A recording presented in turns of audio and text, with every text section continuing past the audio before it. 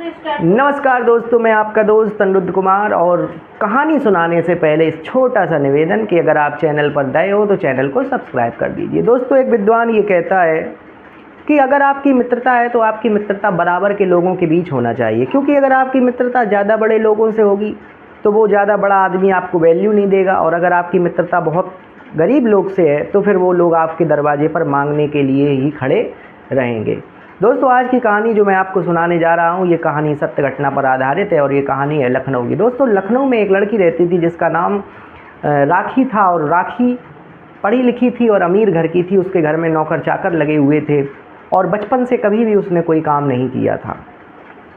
दोस्तों, उसके पिता उसके लिए घर ढूंढते हैं कि इस बेटी हमारी बड़ी हो रही है और अब इस बेटी की हमें शादी करनी है।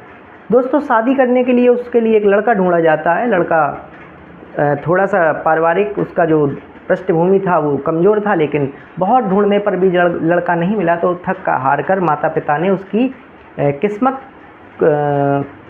की यही इच्छा है ऐसा मान कर के एक लड़के से उसकी शादी कर दी जिसका नाम राकेश था। और राकेश यूपीएससी परीक्षा की तैयारी किया करता था। वो घर से खर्चा लेता था, और लेकिन उसके पिता ने कहा कि लड़का पढ़ा लिखा है तो अगर इसकी नौकरी नहीं भी लगेगी तो ये भविष्य में कुछ कर लेगा।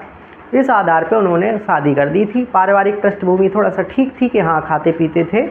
तो दोस्तों, घर में जाने के बाद वो लड़की ने अपना रंग दिखाना शुरू कर दिया। रंग दिखाना शुरू इस तरीके से किया कि उसने कहा कि भाई तुम कमाते धमाते कुछ हो नहीं। तो उसने कहा कि जब मैंने तुमसे शादी की थी तो तुम्हें बताया था कि देखो मैं अभी पढ़ाई कर रहा हूँ और मेरा सपना है यूपीएससी की तैयारी करना। तो तुम एक काम करो, मैं दिल्ली जा रहा हूँ तैयारी करने, और वहाँ पर अगर मैं पढ़ूँगा तो मेरा सिलेक्शन जल्दी हो जाएगा, और तुम जो है यहीं पर रुको कुछ दिनों के लिए माता पिता के साथ, और मैं जब जल्दी से सफल हो जाऊंगा तो फिर तुम्हें भी साथ में ले चलूँगा। तो पहले तो वो लड़की मना करती कि नहीं नहीं, मैं तुम्हारे बिना कैसे रह पाऊँगी। लेकिन उसने बहुत समझाया तो उसने कहा कि ठीक है, तुम जाओ, लेकिन तुम जल्दी से मुझे ले जाना और ज़्यादा समय मैं नहीं रुकूँगी। तो उसने कहा ठीक है, मैं तुम्हें जल्दी ले जाऊँगा, बिल्कुल चिंता मत करो। दोस्तों, वो चला गया दिल्ली तैयारी करने। अब यहाँ पर जो लड़की थी उसने झगड़ा करना शुरू कर दिया। कभी वो अपनी नंद से झगड़ा कर लेती, कभी वो अपनी माँ से झगड़ा कर लेती दो, और अपने घर में फ़ोन करके कहती कि ये लोग मुझे परेशान करते हैं और मेरा आदमी निकम्मा है, कुछ करता धरता नहीं है, उसकी वजह से मैंने घर वालों की बातें सुननी पड़ती हैं, ये लोग मेरा खर्चा चलाते हैं और मुझे ताने देते हैं। तो उसके घर वालों का फ़ोन आया कि उन्होंने कहा कि भाई इस तरीके की आप एक्टिविटी कर रहे हो, ये ठीक नहीं है। तो राकेश ने कहा कि देखो ऐसा है कि मैं यहाँ पर तैयारी कर रहा हूँ। उसने कहा नहीं नहीं, आप कुछ भी करिए, उसको साथ में रखिए, उसको वहाँ पर दिक्कत हो रही है।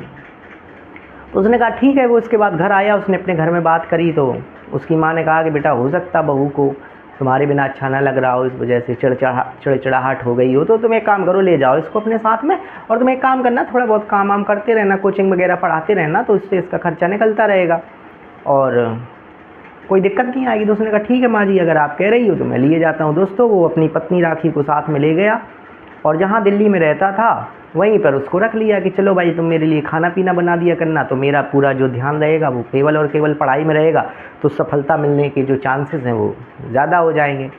तो उसने कहा कि ठीक है। दोस्तों, थोड़े दिन वो रही, और थोड़े दिन वो रही तो दिल्ली में जब वो कमरा लेकर के रहने लगी तो वो तो दिन भर अपना पढ़ने चला जाता था। पढ़ने के बाद वो कोचिंग उसने ज्वाइन कर ली थी, कोचिंग पढ़ाने चला जाता था। अब ये घर में अकेली थी, और दोस्तों कहा जाता है कि खाली दिमाग शैतान का घर होता है। अब इसके दिमाग में बहुत सारी खुरापातें चलने लगीं।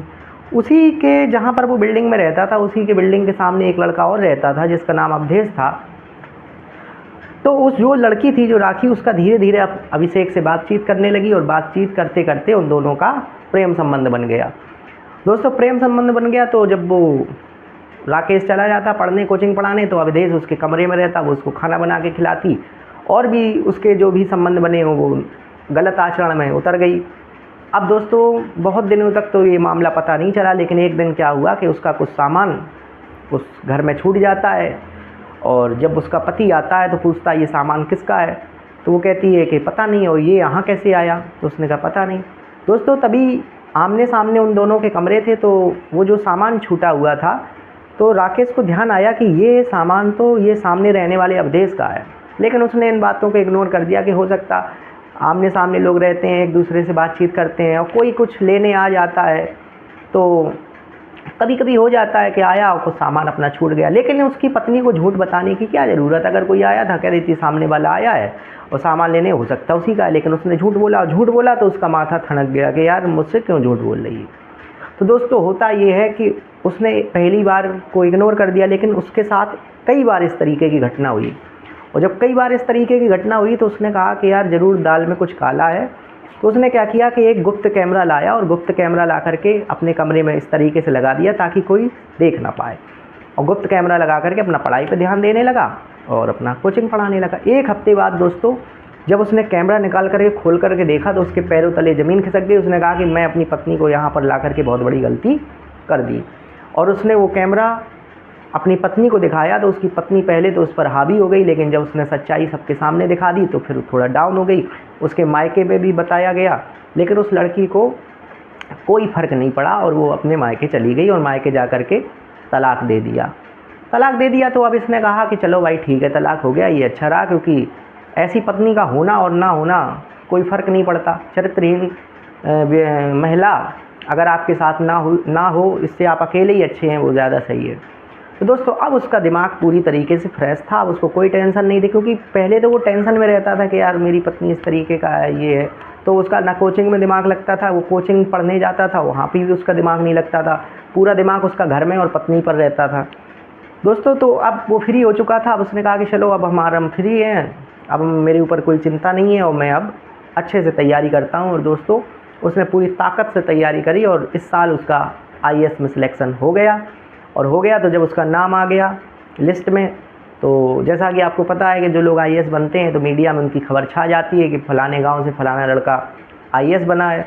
तो इसी तरीके से वो भी, उसका भी नाम जब पूरे सोशल मीडिया पर और न्यूज़ चैनलों में आने लगा तो उसकी पत्नी ने जब ये देखा तो उसकी पत्नी दौड़ लगाते हुए सीधे वहीं पहुंची अपनी पत्नी के पास और कहा कि मुझे माफ़ कर दो और मुझसे गलती हो गई और मैं आपको समझ नहीं पाई, और कृपया करके एक बार तो आप मुझे माफ़ कर ही सकते हो। दोस्तों उसके पति ने कहा कि नहीं, अब तुम विश्वास करने योग्य नहीं हो, क्योंकि दोस्तों रामचरितमानस में तुलसीदास जी ने लिखा भी है कि धीरज धर्म मित्र अरु नारी आपत्काल परखिए चारी। यदि आपत्ति के समय में तुम मेरे साथ रहती तो मुझे पूरा विश्वास होता कि यदि तुम आपत्ति के समय मेरे साथ हो तो अच्छे समय में तुम ज़रूर साथ होगी, लेकिन उस आपत्ति के समय में तुमने अपना रंग दिखा दिया और अब जब मेरा समय अच्छा आ गया है तब तुम मेरे पास भाग करके आई हो। तो जब तुम मेरे साथ आपत्ति में नहीं थी तो अच्छे समय में भी तुम मेरे साथ किसी भी समय धोखा दे सकती हो और मैं अब तुम पर विश्वास नहीं कर सकता हूँ। दोस्तों वो बहुत गिड़गिड़ाई, उसने बहुत क्षमा मांगी। उसके मायके वालों का भी फ़ोन आया, कहा बेटा चलो जो हो गया, उन बातों को भूल करके एक नया जीवन की शुरुआत करो। लेकिन दोस्तों उस व्यक्ति ने उस महिला की बात को नहीं माना और अंत में उसकी शादी दूसरी जगह हो गई। और दूसरी जगह जहाँ उसकी शादी हुई वो जो लड़का था वो इससे भी गया बीता था, वो भी कैरेक्टरलेस था, उसको भी बहुत सारी लड़कियां रखने का शौक़ था। अब इसने कहा कि अरे मेरी तो ज़िंदगी ही ख़राब हो गई, जो आचरण मैंने अपने पहले पति के साथ किया वही आचरण मेरा दूसरा पति मेरे साथ कर रहा है, और मुझे जो पीड़ा हो रही है मेरे पहले पति को भी वही पीड़ा हुई होगी, मैं इस बात को अब समझ सकती हूँ। और दोस्तों उसने आत्महत्या कर ली और आत्महत्या करने के बाद इस संसार को छोड़ करके चली गई। जो पहला पति था उसकी बढ़िया धूमधाम से शादी हुई और वो लोग अपना जीवन सकुशल बिताने लगे। दोस्तों आपको कहानी कैसी लगी कमेंट बॉक्स में ज़रूर बताइए। हम आपको कहानियाँ सुनाते रहते हैं और बार बार ये बताते रहते हैं कि कहानियाँ समाज का आईना है। कुछ कहानियाँ आपको सीख देती हैं, कुछ कहानियाँ आपको सावधान और सतर्क करती हैं। तो इसी तरीके से हमारी साथ बनी रहिए और यूँ ही हम आपको कहानी सुनाते रहेंगे। दिल की गहराइयों से आपका बहुत बहुत धन्यवाद। नमस्कार।